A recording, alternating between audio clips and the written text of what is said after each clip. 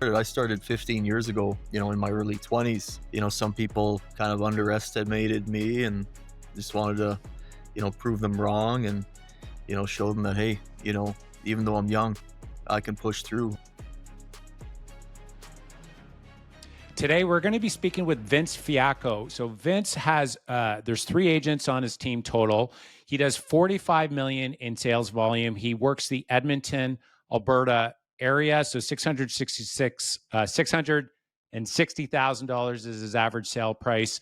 Uh, Phenomenal guy. He's a father of 4, and he's one of the top agents in the Edmonton market. And he's known as a deal maker. So we're going to be diving into the negotiation side of things. And he just believes in achieving success through massive levels of action. So he's a man after my heart when it comes to that. Vince, really looking forward to the conversation. Thanks for coming on the show. Thanks for having me, Mark. I really appreciate you having me on. Yeah. So Vince, before the show, you and I we're chatting all about, where we both got Italian in us, and we're talking about Italy and talking about, what it is all about. We're working as, real estate agents, but being father, that you're father of 4, I'm a father of 3. And so it's there's a lot going on. I know in both of our lives right now, but this is going to be about you and your track record of success and how you got there. So, if you could share a little bit about your backstory as what actually got you into real estate, and then we're going to dive into some of these other topics like negotiation and taking action and what you did to become successful. No, for sure. Having 4 kids and a beautiful wife, it's a juggling act, right? And you just do your best every day, and you just keep moving forward. So, yeah, where it all started, I started 15 years ago. I was, in my early 20s, and some people kind of underestimated me and just wanted to, prove them wrong and show them that, hey, even though I'm young, I can push through. I want this, and just having that obsession to uh, to pursue this business, right? So that was a big driver, right? Is starting young and proving some people wrong and getting it right along the way. So good. So what was like, so early 20s, you're getting in, you had a lot of people doubting you. Was there any sort of like prior experience, business experience that you brought into real estate that maybe you could share, or was it just blank canvas and you started with sheer desire? Just, at a young age, as a kid, Christmas time, playing the game Monopoly, it drove my fascination for real estate and, reading, the Rich Dad Poor Dad book along the way and, a few things that, spiked my interest and, just driving around town with the parents and seeing beautiful buildings being built and looking at the skyscrapers and just being in awe of, "Hey, I can be a part of this," right? And, it was in high school, it was, there was a human resources teacher that, sitting down with him and my dad, and I was kind of a troublemaker in school, a little bit of a comedian, right? Getting kicked out of the class and just a funny guy.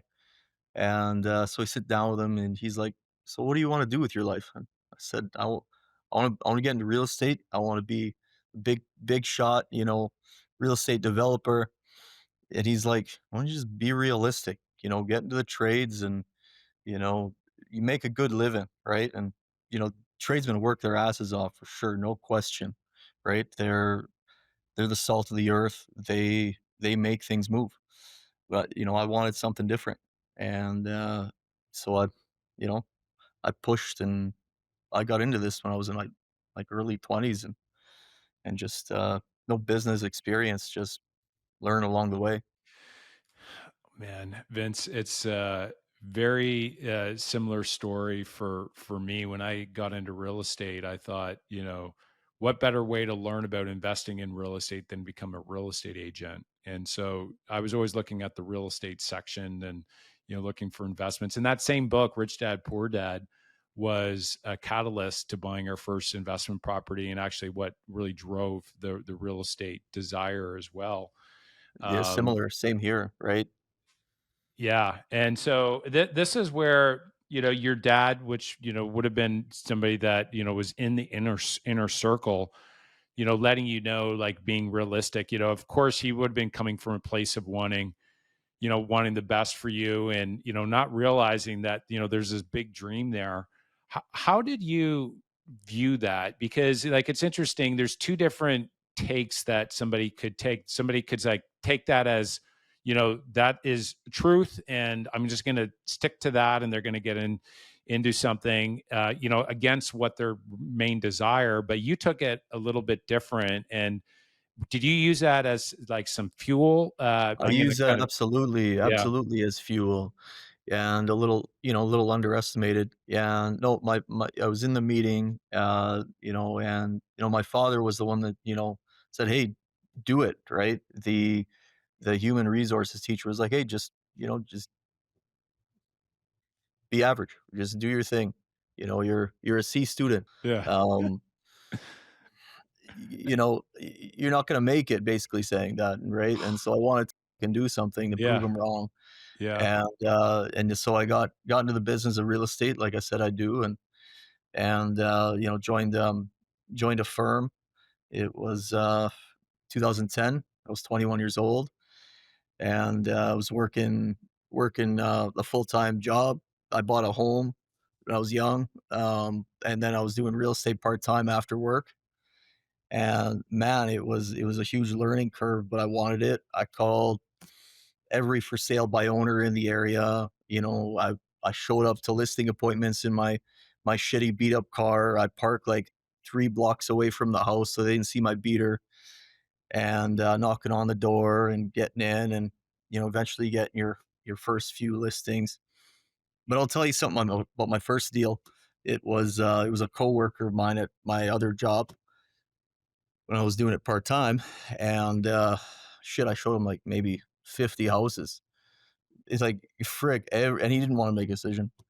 And I think part of that was, "Hey, I'm not ready," but I found this house, and he had to move out of his mom's basement, and, he was, in his, like, late 20s and still living at home.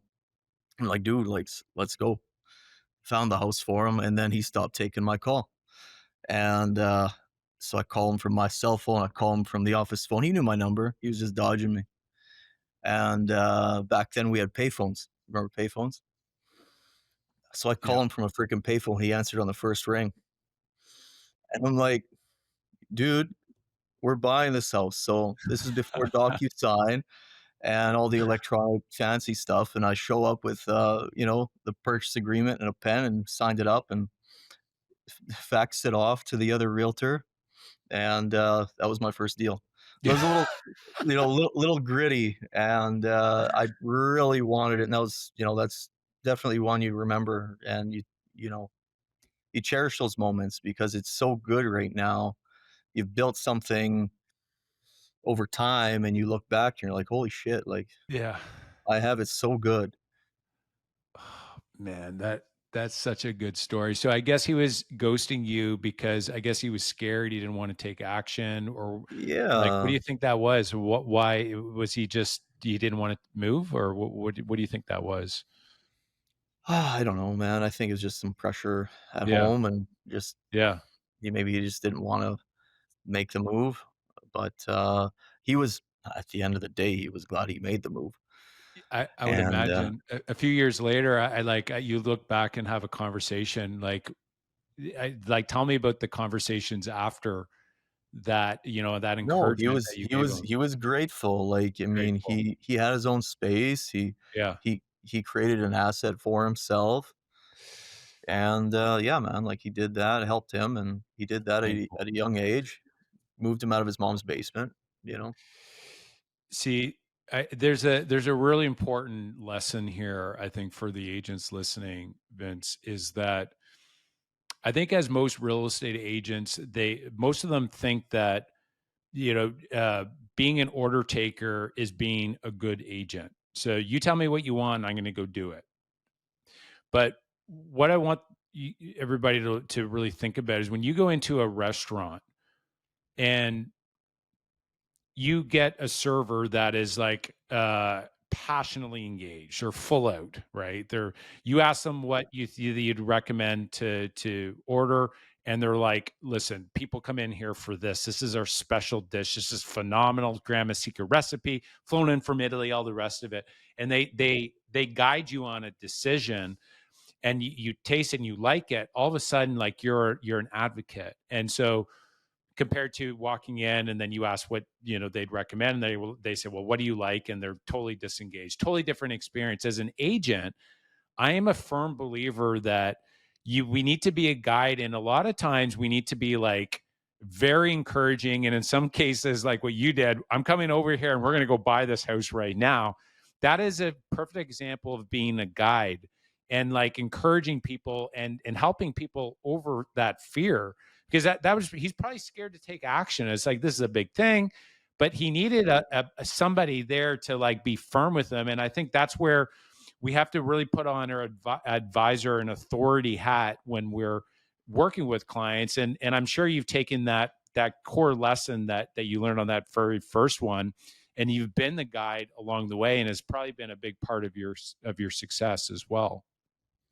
Totally, and you take those fundamentals along the way, and you just keep pushing forward, right? I know it's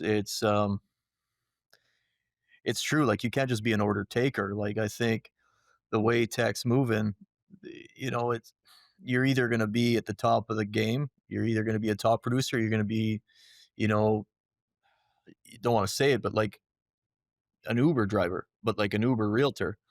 You that's where that's where tech can cut out the industry. So you really have to be on your game. Yeah, 100%. Now, Vince, you strike me as being a very disciplined guy, right? Regimented, I would imagine. What are some like regular habits or routines that you do on a regular daily basis that's helped you in your productivity through the years? Absolutely. I like to keep it simple, my friend. Like I stand by a few F's. I won't say the F word, but here are the F's. It's family, fitness, and finance, right? And those are my core principles. Those are my core fundamentals. Um, keeping fit keeps you sharp. If you're sharp, you have a strong mind. And if you have a strong mind, you're focused, right? And you want to be focused on your task. You want to set a good vision for yourself and achieve those goals that you're looking to hit. So there's a mix of things I do, right? And I'm sure, anyone that's high performant has their own way of doing things, and I have my own set way of doing things.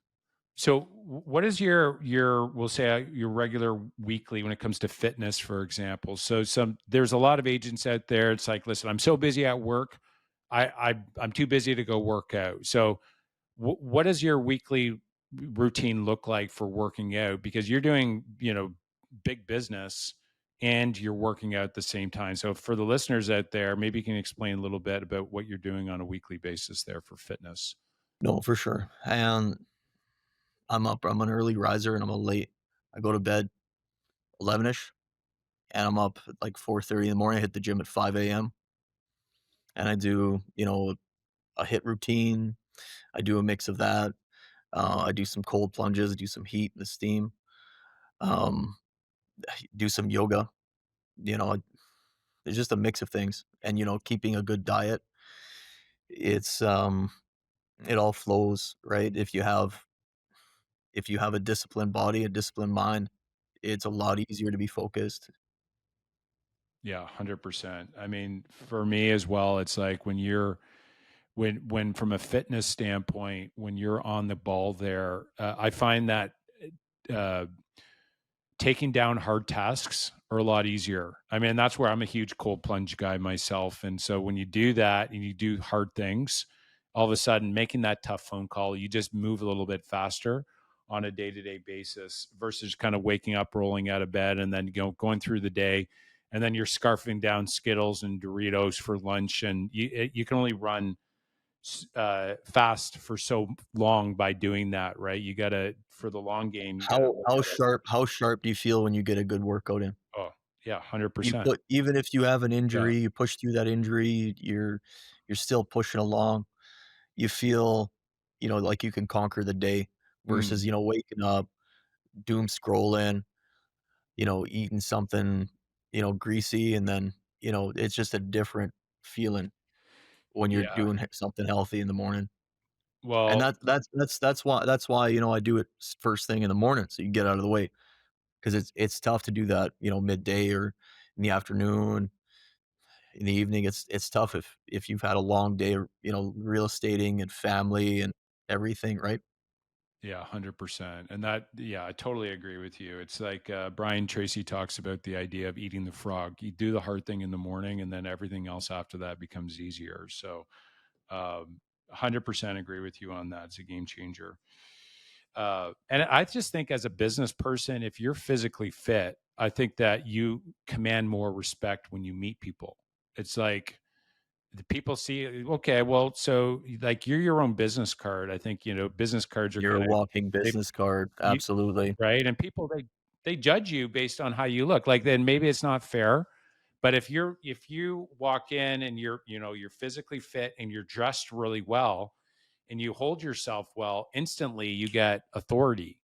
And so compared to, you're just not taking care of yourself, you're walking with shorts and flip-flops. There's no way that a guy like you that walks in on an appointment and somebody else that you could tell they're just not looking after themselves, but they're not even physically, from a dress standpoint as well. They're just not looking at. I mean, you just instantly have a competitive advantage. And when you're selling your house, you're branding your home with the agent, so the sale price will have a direct, we'll say, correlation to the representation that the house has. And so when the agent is out there on the seller's behalf, they want a really good reflection of what their home is when they're negotiating. And if they have an agent they see that is taking care of themselves, I mean, it may not be fair, but it's just the reality. It gives you a major advantage in the business. I could say if you're physically fit, your business will double. If you show up and you're sluggish, you're not gonna have that extra push to make that extra phone call or help negotiate that deal. Like, you just won't have the oomph to push forward, right? And, dude, when I first joined the business, I was I like strength training and doing heavy weights and this and that, but I had a size 36 waist and my suits were pretty thick. And as soon as I dropped down to a size 30 waist, man, my business doubled. And you're just sharper, man. Yeah, yeah, that's very, very You cool. cut out all the pasta and eat steak instead, you know what I mean? Yeah, unless you go to Italy, Vince, and then you gotta have the pasta, right? Of course, pasta, But pizzas. Tell me about it. but you're walking there, and so you that's the good thing. So you do a lot of walking and you burn it off. But you did say a really good point. I just want to really underline it. You said you cut the pasta and eat the steak. That's one thing that I've identified through the years that's been a massive changer for me is like if you can increase your protein intake, and ideally it's like for there's a gram per pound that you are. So if you're 200 pounds, you eat 200 grams. If you could do that a minimum, then you get a lot of, you're going to start eating less carbs, which you're going to cut weight down. And that's been a big game changer for me, especially after I hit 40. I'm 42 now. And as soon as I hit 40, all of a sudden I felt like working out became way more important. Walking became more important. And when I'm putting in my mouth, and when I'm putting it in, like if I'm eating a big meal right before I go to bed, I don't know, I'm not sleeping very well that night, right? So it's interesting. As you know, I was told this when I was younger. Things will change, but anyways, it's all good. You just need to be proactive with it, right? When you know that stuff. Of course. All right. So we talked about fitness. I want to talk a little bit about family. So what are some things you do to be a good dad? And the way that you see it, what are some like things that, for the listeners out there that, their fathers, or maybe, mothers as well that, they might be able to apply the same lessons that, you do to make sure that you get in, while you're doing big business at the same time. A wise man once told me, "Your best relationship, your best investment is your partner, your wife, your spouse." and that's number 1. Without a solid partner, life goes to shit, right? So I give her so much praise and I thank her so much, and she gave me 4 beautiful children, and, time goes by so fast, Mark, you know? It's, uh, it's crazy. I mean, you have 3 kids and they're teens, and you can probably remember when they were infants and toddlers and growing up. So there was 1 year, it was right after COVID, 2021, I had my biggest year solo. Um, when COVID first hit, people were nervous. No one was showing up to the office. I was the only one at the office. You can hear a pin drop. I was the guy making the calls, you know, doing my thing, doing my business, and push forward. And that accelerated me to take market share in my market. And I remember there were weeks I didn't see my kids. I mean, it was unreal, man. Like you go home, after doing like it felt like I was working 24/7 weeks on end, and I go back home and they were like bigger, you know?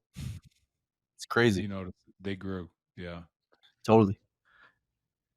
And so, yeah, man. One day I was leaving the house and my daughter Victoria, she catches me and she's like, "Dad, why do you work so much?" And I say, "To put food on the table." And she says, "Well, if I eat less, will you stay home more?" And Oh man. that broke me, but that inspired me to learn about delegation. And I came across, a few guys, few rookies in the business, and, delegated, learned the delegation game, and handed off a few business deals to some colleagues, and came across a real sharpshooter, new in the business, molded him. And I never took Sundays off, but having him, I said, "Hey, dude, I want to spend time with my family. I take Sundays off now. I take most evenings off now. Um, my boys, you know, they carry the load for the most part on the delegation part. So I do my best on the front end, with generating business and listings and buyers, and I'm handing most of that off now. But I do the bulk of the listing leads and generation and taking care of the listings. But that has created more time, and that's one thing you realize when you get older is you want that. That's your best asset is time, right? And you can't get that back. And so you do things to try to create more time. So you want to be more productive, right? But how do you create more value with your time? So you become more focused. And of course, delegation is part of that. Um, but being more in your time, more present with your time. So when I was in Vegas, I took out a Ferrari on the racetrack and I was going very fast, right? And the race car driver beside me said, "Hey, this is where you go. This is where you turn. This is when you accelerate." And you just learn to be present in that moment, right? And so if you can be more present in your time, time will go slower. If that sounds crazy, but you learn to appreciate those moments. You know what I mean? Uh, Man, this is a really great analogies there. I love the story with your daughter as well. Like that to me is, man, it's their kids are so beautiful in how they communicate, so direct yet like innocent, and just wearing their heart on their sleeve. Like, Absolutely. I'm there for every soccer game practice. I'm there. I bring them to their swimming lessons. I'm there for school pickup, school drop off. I'm there. I don't miss a beat. I love it. I love it. And look at, I mean, you're proving the the typical real estate agent that has to work 70 hours you're proving otherwise that you can do large business and at the same time, be with family. It is something that's interesting. Our highest producing agent on our team, so my it's Thomas. Uh, he happens to be my brother as well. He sells about 100 homes a year, and has breakfast with the family every single day and dinner with the family every single day. And so it's one of those things that if this idea of compression of time, so like Parkinson's law is that the work that you have will take from a length standpoint the amount of time that you give it. So that's why if you have and successful business guys know this, that if they take something that somebody gives them and that they give somebody and they say it's going to take this time, they'll cut it in half and somehow they get it done, right? The key is And being effective with your time, Mark. That's the that's trick. right. That's right. And if you give yourself less time to do a task and you have a deadline, like the kid's soccer game or dinner's coming up, you're not screwing around. You're not going on social channels, scrolling. You're not checking emails, texts. Or if you are, it's like anything, you zone out everything, kind of like that track that you had said. And there's a really good movie where it really honed in, where it was like, oh yeah, there's a race car movie that had that, but then Billy Chappell, actually, this is a baseball movie where Kevin Costner, before he pitched, he says, "Clear the mechanism," and it was Totally. like zoned in on just the pitch, You focus right? on that moment, right? Right. And when you focus on, I need to get this and this done by this time, all of a sudden everything zones out and you become like, it's like you're in the zone. And if you can the more you can get in the zone, or that work, that they call it like flow, you become like a superhuman, right? And then you get to your kids, you got motivation, you get to the kids' game on time, right? So love it. You have to be obsessed with that result, right? Yeah, it's got to be important enough to be able to cut the noise. And so that's where, when agents tell me like they're working 70 hours a week and they're at the office, like I'm always like, okay, what are the key activities that you did? So we don't get paid per hour in this business, right? It's like, how many calls, how many conversations did you have? That's the bigger number. And if somebody works, half the amount of time and do twice the conversations, that to me is the winner right there, right? Is that there's no trophy for hours, right? No, So there's no yeah, trophy, man. You're not gonna get a yeah, participation trophy. It's what you produce. love it, That's the love it. value you produce, right? No, I love your intensity and focus and prioritization as well.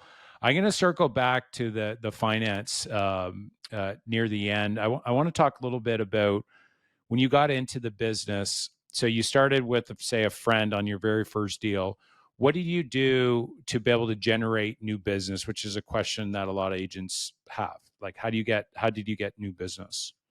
Yeah, no, it started off with, for sale by owners and meeting them, and you really learn every objection in the book, why not to use a realtor when you're going after for sale by owners.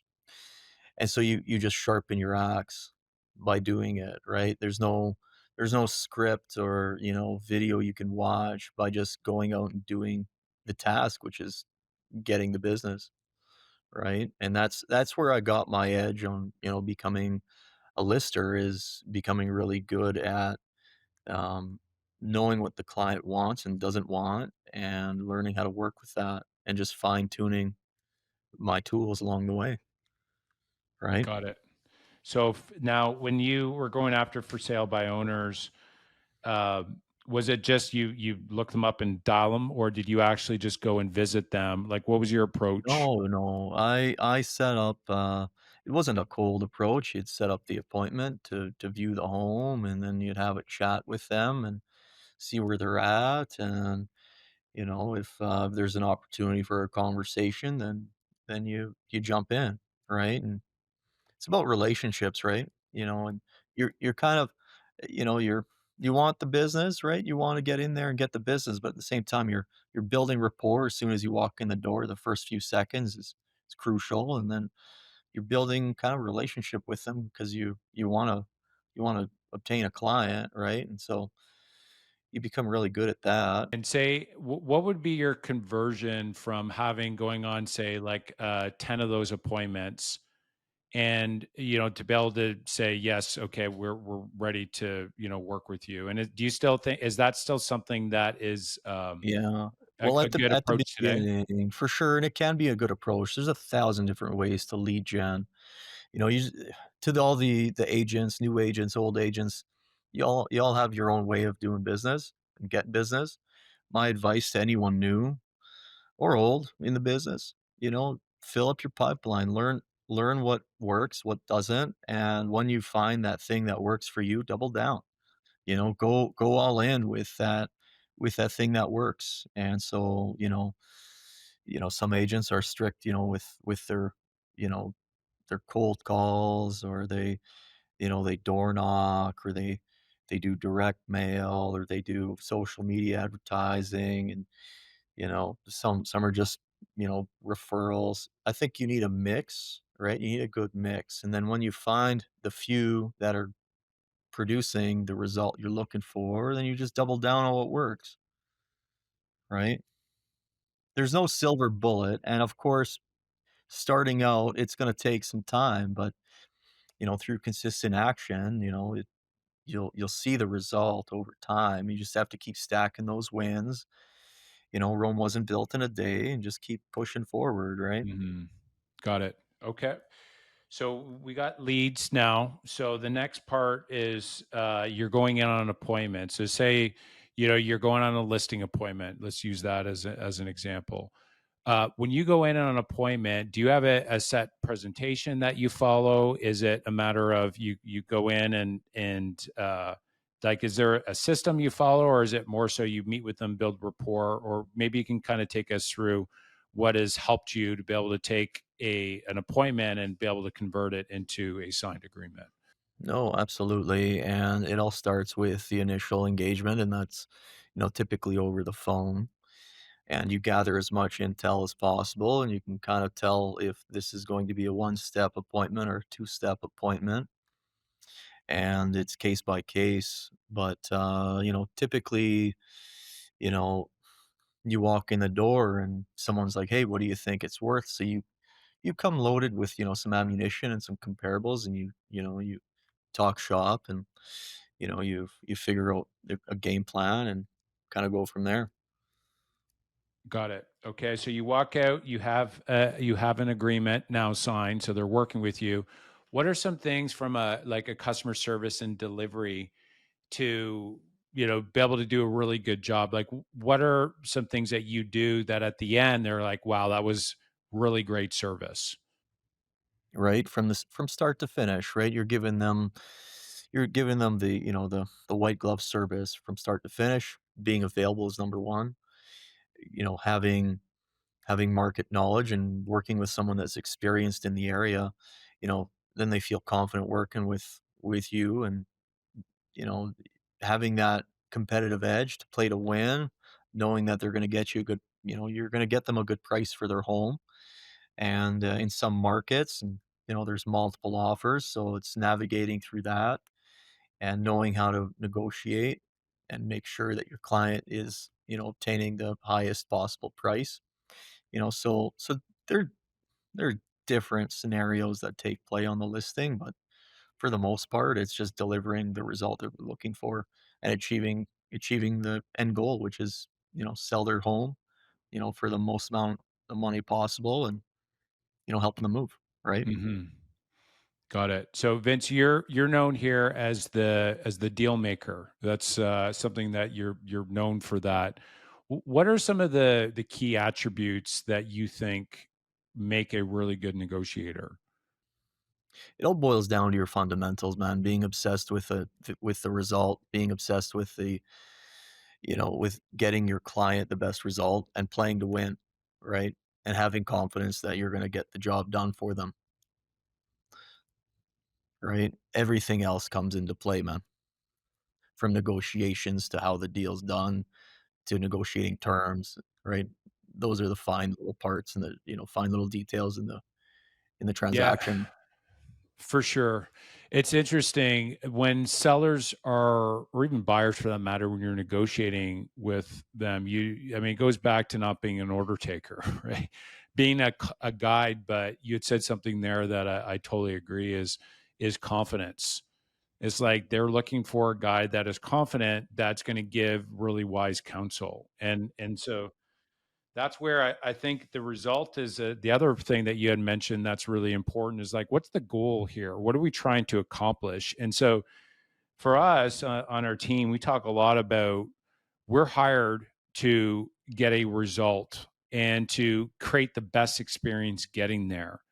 And so that's where, when it comes down to it, people are hiring us to sell their house at the most amount of money and to buy the house at the best price, but to make it a great experience. And I think a lot of agents, they somehow get confused about what the goal is they're trying to accomplish. They're not trying to, and I think a lot of them go to, I'm trying to make them like me, versus I'm the result is they've hired me to do a job and I'm going to get the job done at the and make it the best experience there for them as well. And that's where I think the difference between getting a deal together and being liked sometimes is are two different so you got one agent that's being, saying all the things that the client wants to hear, but sometimes I'm sitting in the negotiation and the client is going down a certain direction, but sometimes I've been like, here's where I'm coming from, and here's the reason that it's really important, because based on what you told me in the appointment, this is what you're going after. This is what's really important for you. And this is what's standing in your way. And this is how we're going to overcome to be able to get you back to that dream that you're going after. So it's like steering them back and being confident and sometimes really firm, like in a loving way, that this is going to be the best thing for you. I think by staying focused on the result and the goal that you're going and being confident, I think that is a big one that some agents, they just don't get there, and something that you're exuding and what you had communicated is exactly that. It comes over time with, you stack enough wins, you know, Yeah, future clients see your sold signs in their neighborhood and they're like, "Well, shoot, let's call this guy. He's delivering all the solds in my area." So, you get enough of that and it just compounds over time, right? It just again, Rome wasn't built in a day. You're building an empire, and, you know, you're building a business at the same time, but you wanna deliver result. And day by day, just make every day great, right? Stack a win, stack an appointment, stack a client, right? Get another deal, go on to the next one, right? for So, sure. Yeah, and that builds confidence, right? You stack the of more wins, you got course, evidence of you're a winner. absolutely. Yeah, and that's actually a suggestion as well that I'm gonna for the listeners out there, that when you get those wins, write them down and keep a little notebook of them. And what I found to be really powerful is when you are negotiating with a client, or for with even another agent for that matter, you can actually circle back with some of those experiences of, here's what we did here and here's how it worked out, or here's what the client wanted to do and here's how it worked out for them, and here's what I advise, and this is why I'm recommending it, because this is what already happened. Like sharing real stories, whether they're success stories or key learning stories, that provides like social proof and really helps build further authority with you when you're negotiating as well. So I find like all these little things, as you mentioned, you're stacking up, but that's I found to be very helpful going through the negotiation side of things as well. And being in an environment that you can share your wins and you get clapped for it, right? And, we're all in this business together. You know, some of us are competitors, but, we can all win. There's enough business for everyone. Yeah. Is so do you mean by the more of the like the company that you're working with, that the people around you are building, or is that Yeah. more family, or what, can Well, you for elaborate on that? sure. Well, yeah, I mean, we can branch off into both. I mean, Yeah. an environment of winning at home and then an environment of winning in business. I mean, I have a couple of guys that work with me and, we have a brotherhood. We're like brothers, we jump through fire for each other, and of course we encourage wins because we're all in this together. And then of course at the office, right? In my Remax office, we have over 200 agents, and we clap for each other, we encourage each other. Of course, there's some that are a little bit more competitive Yeah. than others, but it is what it is. This is business. We could all be friends, but we can also be Yeah. competitors. And 100%. right, 100%.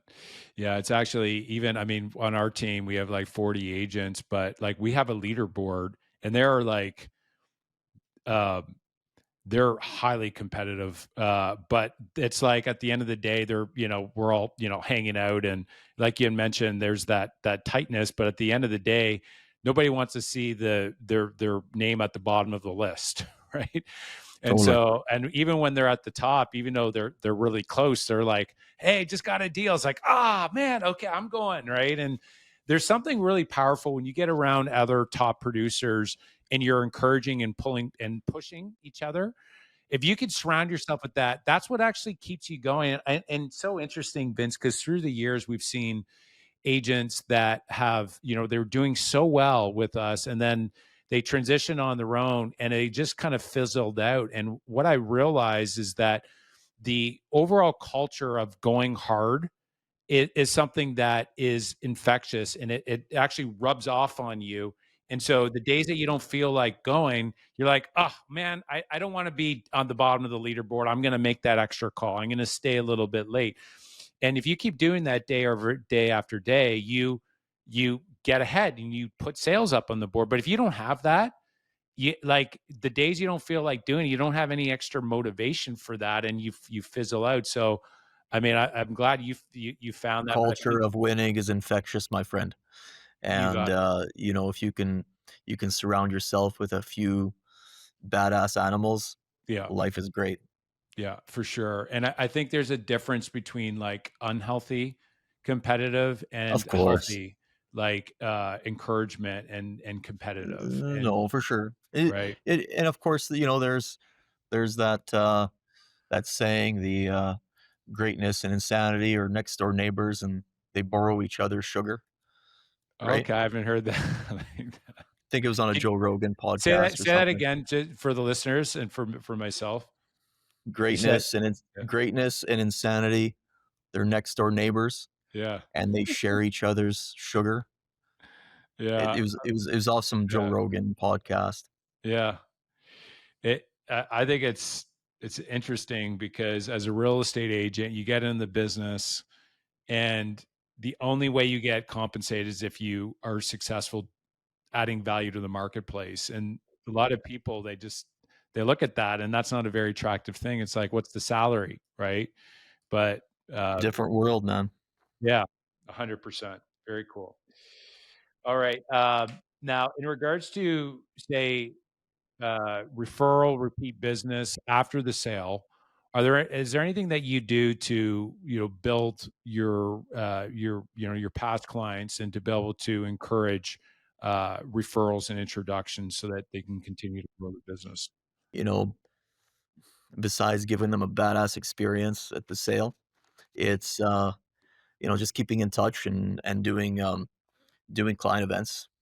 So we do some pretty cool events here, and, we had one where it was at, like, a 5,000 square foot mansion, and we had all kinds of exotic cars and a DJ and cigars and open bar and catered, and, you bring in a mix of, your past clients, and, you know, you you got you got 400 or 500 people showing up, and it's quite the shaker. So yeah, man, people remember that stuff, and then they're like, well, work with my guy Vince, he's a killer, right? So just having that reputation of giving them a result too, that helps. But you know giving them an experience past the sale too, um, definitely drives the referrals home. Yeah, I love that, and I think that's where you play whatever your strength is. Like for you, he's a killer. Go with him. You have like a really good party, right? 5,000 square foot. Like you're giving them an experience. I think for other agents out there, use whatever you like to do. I mean, and it's funny you tend to attract clients that are like you, and so I think the experience is very universal. but I wouldn't get locked into doing, one event or over another. It's like you had said, like there's a million different ways to lead gen, but find something that works really well for you. But 100% events and experiences are winners, especially today after COVID. I found they're even more powerful than ever, and that people are yearning for community as well. People So people love it. want re people want relationships, Yeah, right? You 100%. know, the more we digitize society, the more connection we want, right? And the quality of relationships determine the quality of your life. Relationships. No, that's great. They crave relationships, and it's so true. That's bang on. All right, let's talk about investing. So real estate, what kind of or is real estate, is that something that you got more into from an investing side? No, Uh, absolutely. Tell Yeah, us a little bit yeah. about that. No, for sure. And, there's a many ways of investing, right? And you either go with what you know, which is in my field, real estate. In my eyes, real estate is king. And there are other avenues, and you can hire experts to take care of that, right? And Why real estate though for you? If you think that, like, it, what is it about real estate? to me, it's real. It's tangible, right? There's a cash flow side of things that you can touch that's not on a screen. It it gives you an amount of leverage, uh, to grow if you know how to use it properly. So yeah, yeah, yeah.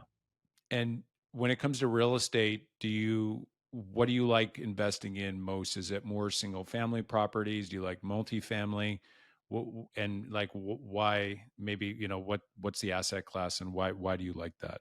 I like the single family doors, man. That's where my strength is. I know the market. They're easy to rent. And down the road, if you have to liquidate, you can easily liquidate and they go up with appreciation. There is a multifamily side of things too that I look into as well. But yeah, that's a different animal. So, Vince, when it comes down to investing, are there any, say, tips or suggestions for real estate agents when they're going out and buying their first investment property? What would be some of the key lessons that you would share with them to be able to take action and to be able to potentially, save some pitfalls? Keep it simple and Got it. cash flow is king. So if it don't cash flow, don't look at it, Mm, right? If you're over levered and things change and you can't fill up a door, you can go sideways real quick. So having some skin in the game definitely helps. yeah. So good. Yeah, I'd say that this is the biggest regret that I hear from real estate agents, Vince, is that they wish they would have bought more real estate 10 years ago. And I could tell you, for us, I mean, we were buying properties right from 2008, and we continued buying them through the years as well. And I'll tell you that real estate wealth, it's like it so there's it's kind of like bamboo. It takes 3 years to grow the roots, and then all of a sudden it shoots out and it can grow like 3 feet a day. And so I share this example in the past, but real estate's very similar. You don't see it immediately, but after a few years you're like, oh my goodness, I got a lot of equity in this property. And then you can take that equity and go buy another property, and again and again. And so if you want to learn how to be a millionaire, and that's a lot of agents in the business, they have this vision of being a millionaire, and it's totally possible. But you need real estate investing to be able to get there in a much more we'll say, like it's just a matter of time. A way. So if you are trying to save up and then invest in the markets, you don't have that leverage that you were talking about. And the other thing is, it actually makes you a better real estate agent the more that you own as well, because now you can speak with real estate investors and you can speak their language, and you look at it from a different perspective versus like direct comparison. That's single family, but when you're investing, you're looking at more from like the income approach as well. So it just makes you better. And I just, like, I'm a huge advocate of real estate investing, and so it's man, that's the encouragement, because 10 years from now we're going to be looking back in today, and That's something, I with mean, everyone could wish they right, could do more of is buy more real estate, right? yeah, yeah. 100%. And I don't see a world where 10 years down the road, we're going to be looking back in today and saying, oh, the prices are down. I just don't see it. I mean, material costs are going up. And overall real estate, I mean, you have inflation that's happening. So the dollars that are out there are becoming less valuable. And I totally agree with cash flow as well. When you, It's sorry, it's buying into the right location too, and getting the right tenant yeah, profile. You don't wanna be stuck with a bunch of D-class tenants, right? And yeah, occupancy is super, super important too when you're dealing with that, when you're buying an investment. Can we fill up the doors? Are we gonna deal with problematic tenants? Is it gonna be a revolving door, right? Cash flow is yeah, important. 100%. Also repairs. What kind of repairs are you gonna be doing after the tenant moves out? So it depends. You have to look at it from a standpoint, who's your tenant? What's your fin what's the end result? And what are you buying into and what location? And is there potential for growth in that location? 100%. Totally agree. Quick story on this before we wrap up with rapid fire here. So through the years, single family, we're in multifamily now, but the single family space was interesting. I was never stung through the years because I always went on somebody's credit score. So if the credit score was solid, that proved to me that they would make payments. And this one time, Vince, I went against my rule. I went against my rule and the credit score was low and there was a story with it. And there was another agent in my market that he called me. He said, "Hey, listen, this I know this tenant's applying for your property. She's had some bankrupt, but here's the story. But she works for me, and I vouch for her. This agent in the market. I'm like, I don't know. Like, I got a rule. And he's like, I vouch for her. So I'm like, okay, I'm going to break my rule. So I let her in. And I'll tell you, will never break the rule again. $15,000 of damage, It dog, it happens, like the buddy. store. You calling the Yeah, right. You sheriff know to where this is bed going. bugs to clogged sewer lines, buddy. I've seen it all, man. Yeah. Yeah. Yeah. But listen, it's all, so for anyways, you buy your first property, make sure the credit score is good. If you're doing that, then I think you'll be a lot better than what I was on that one property. So, very cool, Vince. Well, let's wrap this up. We got rapid fire here. We got 3 quick questions, and then we're gonna wrap it up. You ready? Let's rock and roll. All right. So, first one is I'm a big reader. Love reading. For you, the one book that's made the biggest impact in your career. What is it? Oof, there's so many, man, along the way, but growing up reading, Napoleon Hill's Think and Grow Rich, you know, they have some really good fundamentals in that book, man, right? Yep. Totally agree. Mindset is everything. And when it comes down to success, if you have a strong mindset, you're going to push through, through those hard times, through the good times, stay humble, but be hungry, right? Simple yet extremely effective. I love that take. That's totally I'm on the same bandwagon as you on that one. Very cool. Uh, Second question is, what are 3 words that best describe you?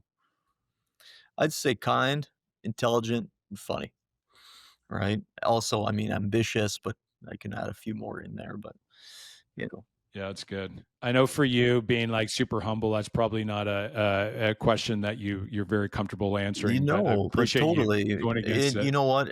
Yeah. Getting into the business, cocky, young, hot shot, you know, you, at the beginning, you burned down the gates and you went full fist and um, you know, you learn along the way and you become humble over time, right?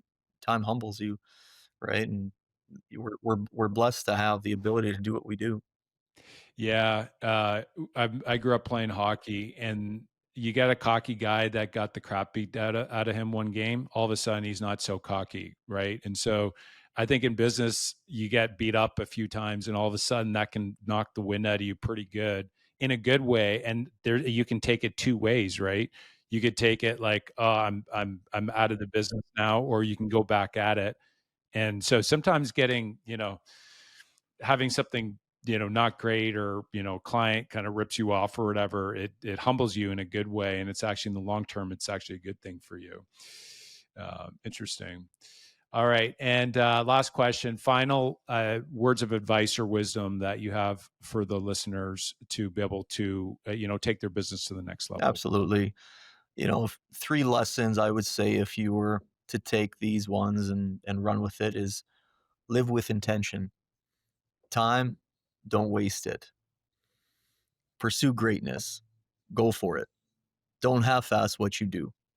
If you're going to do something, be great at it. And the importance of self-love. Be healthy. Take care of yourself. Well, that's words of a very wise man and a top producer here as well. So, Vince, for the listeners out there, if they want to send you any buyers or sellers that are thinking about buying or selling and they want to refer business your way, what's the best way they can reach Yeah, out and no, for connect with sure. you? You can go to my website, vincefiacco.com. You can reach me on my cell, 780-667-6978, or, Instagram if you have that at vincenzo.fiacco. Yeah, pretty easy to get a hold of. So be happy to help Amazing. with anyone's referrals coming to Edmonton. So Awesome. No, that's a wrap here, Vince, and I really appreciate you coming on the show. I mean, it was a great call. Time flew by here, and this is fun. all the best in your Thank you, future. Mark. Yeah, Appreciate right it, on. man. Have a good Appreciate day. it. Well, thanks for listening to the show, guys. If you liked it, you can go ahead and share and subscribe to the channel. And moving forward, if you do want to learn more about investing into real estate and it's tough to find really good deals and you're really busy focusing on selling and you have one or two investment properties and you can't find any in your market, go to fulloutinvesting.com. You can find out a little bit more about what we're doing down south of the border in the multifamily space. Go to fulloutinvesting.com. And just remember, guys, keep going full out. And at the end of the day, you are as much as you put into this business, and that's what the result's going to be. All the best.